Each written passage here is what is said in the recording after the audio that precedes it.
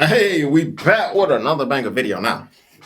I haven't watched this video yet, but the way she looks, she just looked like it's gonna be a good story. And she said, please watch to the end. So if she's telling you to please watch to the end, it gotta be a good story. So it's gotta be something crazy. But I promise you, I haven't listened to it yet. Blind reaction, you feel me? Y'all know I ain't gonna lie to y'all. But hey, I ain't gonna hold y'all for too long. But go grab y'all water or whatever it is y'all do when y'all watch my videos. But I prefer y'all grab something healthy. You know what I'm saying? Even if you smoke a spliff, that's still green and it's from the earth, so it's healthy. And if it make you calm down, it's healthy. You feel me? So hey, y'all go grab whatever y'all do. But hey, man, we're gonna check out and see what she talking about, man.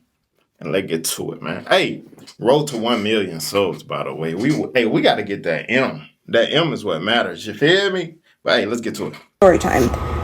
I promise you will be entertained, but if you start the story, please stay till the end. So when I was 5 years old, my entire family was killed in a car crash, and I was the sole survivor. When I turned 18, I decided to move out of state for college because I didn't really have any friends or family in the area anyway. I ended up going to Massachusetts. When I got there, I didn't really know anybody. It was a totally new environment. It was unfamiliar. It was kind of scary, but eventually I met a guy at the school. He was really nice. We started dating. Eventually we got a place together, and we lived in that house together for 3 years, and we were happy the whole time. Like, he's very, very sweet, very caring, very loving. You know, I just didn't feel alone for the first time, and it was absolutely wonderful. But around the 3-year mark, I started going through something. I started not to feel good. So obviously my first guess was pregnancy, so I took a pregnancy test, but that wasn't it. I was having like headaches and stomach aches and feeling nauseated all the time, feeling like extra sleepy, but it wasn't really like life-ruining symptoms. So I just started doing like ginger for the nausea and like soup if I had a tummy ache, you know, a little bit of Excedrin if I had a headache, you know, whatever, you make it work. But the symptoms just kind of kept getting worse, and like sometimes they would be so bad I'd have a migraine or a nausea to the point that I couldn't even get up out of bed. And my boyfriend's like, babe, I think you should go see a doctor. And I'm like, what is a doctor gonna do? Like, it's not like I can't breathe, it's not like I have chest pain, I just have random unspecified symptoms. What is he gonna do? But he's like, babe, like, you do not feel good, like, you should go see a doctor. And I'm like, fine, whatever. So he schedules me a doctor's appointment. I go see the doctor, and it's exactly what I thought it was gonna be. The doctor is just like, there's nothing wrong with you. And I'm like, cool. So I go back home, and things don't get better, but they start to get worse. Because now I'm not just feeling physically bad, I'm feeling bad mentally. And I don't mean my emotions. I'm not sad or depressed. I'm dealing with confusion. I keep finding things in my house in weird places that they shouldn't be. I open my kitchen drawer to get out cutlery, fork, knife. All my earrings are in there. I go look at my jewelry rack. No cap, that be happening to me sometimes. And then in Virginia, I just feel like in Virginia, a lot of the houses are haunted. Because even on camera, I don't know if y'all remember, my TV just cut on by itself. Literally, it was on camera when I was recording. So some of y'all probably remember when that happened, but a lot of stuff like that be happening for real out here in Virginia. Like every house I done lived in, I say with my cousin, you know, before I got on my feet and all that, and my Xbox, you know, the Xbox that you press, I forget which one it was because I haven't played a video game in so long, but my Xbox was literally turning on by itself. And then I would get up, turn it off, go to sleep, and turn on again. And then it kept turning on, so I just had to unplug it. No cap. And I had so many weird dreams over there. Like, that's another story for a different day, man. Crazy. All my cutlery's in there. Paintings that were hanged on the wall are like turning upside down. And at first I'm just like, okay, you know, whatever. These things are very bizarre, but they're not really frightening. Like, I'm just trying to make this logical or reasonable in any way that I can. But I'm forgetting appointments. My fatigue is increasing. Like, it's just so much happening. And then it starts off slow. Little shadows of, like, in my peripheral vision. Little sounds. And you know, like, you can have those things normally. Like, I think we all have those things occasionally. But they're coming more common and more frequent. And I'm starting to lose, like, time. Like, whole days I cannot remember. So finally I make myself an appointment. I go see a therapist. She does the intake, my assessment, and she's like, okay, you fit the diagnostic criteria for schizophrenia. So that was kind of like hard to hear, but at the same time I was thinking, okay, well, now we know what's wrong with me, I can get some help. And my therapist assured me, like, the medication we have these days can make your symptoms like almost nothing. You can go back to living a normal life. And I'm very grateful. I'm like, okay, good. So I break the news to my boyfriend, which was really scary because he was such a sweet and supportive person. I was just scared of being too much of a burden on him or losing him because he was kind of the only person that I had. But he was super sweet, super supportive. He helped me while I cried. He went to go pick up my medication for me. Wait, hold on. But what if it wasn't schizo? What if it's really like ghosting? That stuff real. Like, no cap. That spiritual realm stuff is real. What if it was really that? You know what I'm saying? But they just saying she crazy or whatnot. After running me a bath, like, just really taking care of me. So I start taking my medicines, but things do not get better. In fact, they get worse because any kind of visuals or auditory hallucinations I was having are becoming more and more and more defined.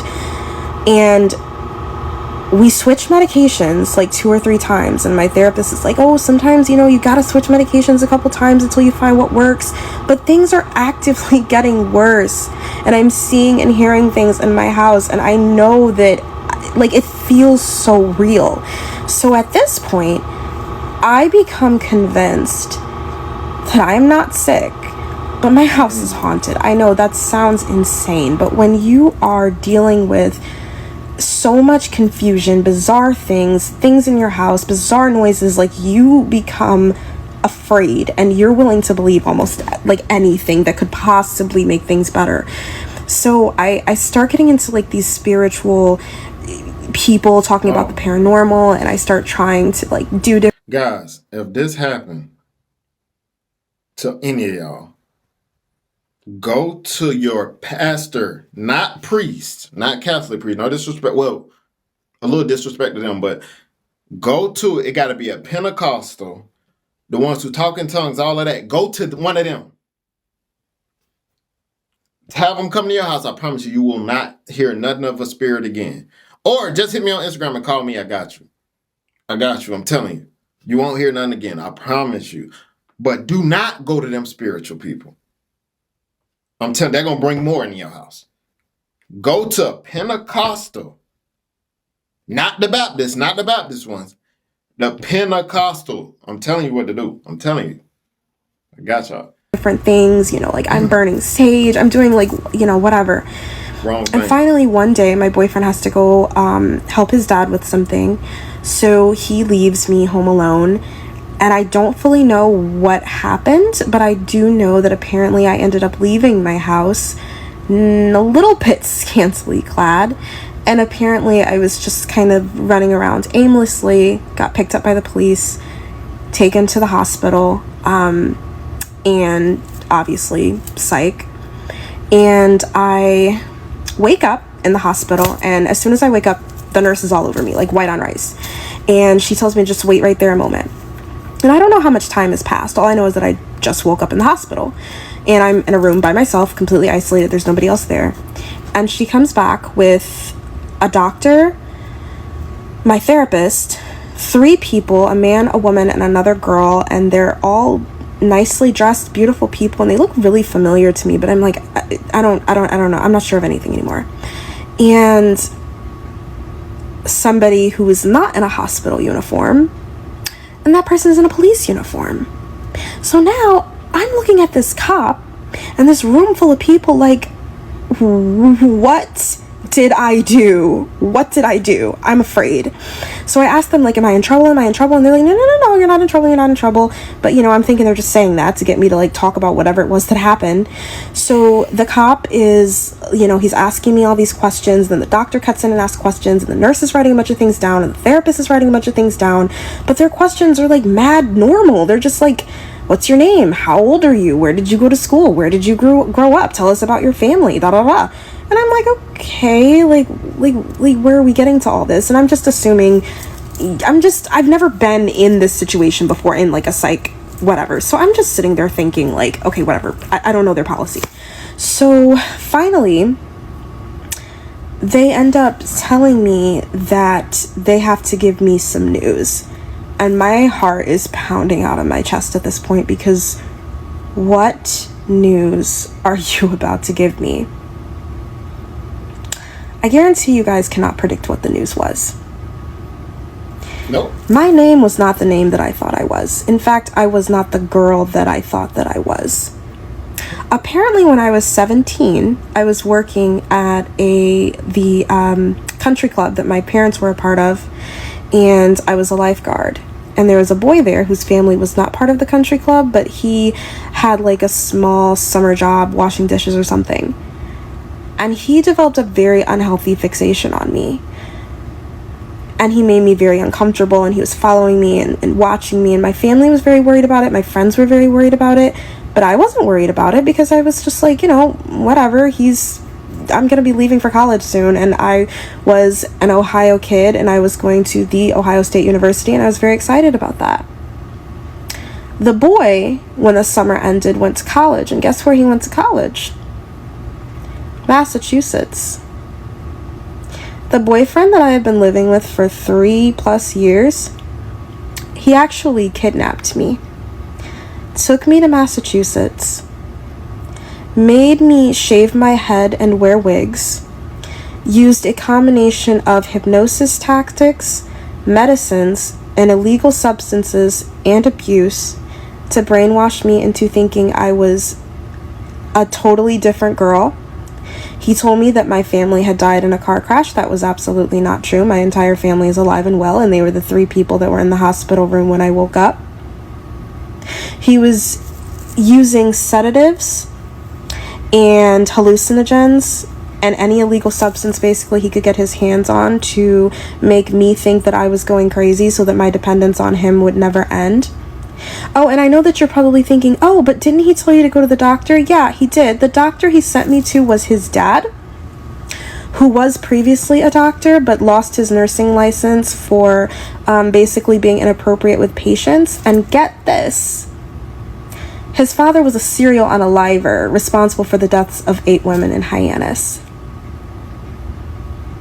And when I was taken into the hospital, they were finally able to identify me and give me my life back. If you stayed until the end of this video, that was completely fake. That was only for entertainment purposes. None of those things happened to me. I do make original horror content. I am an author and a poet. I hope you guys liked my story. If you stayed for the whole thing, if you would like to see more original horror content on my channel, comment down below. I really hope you guys...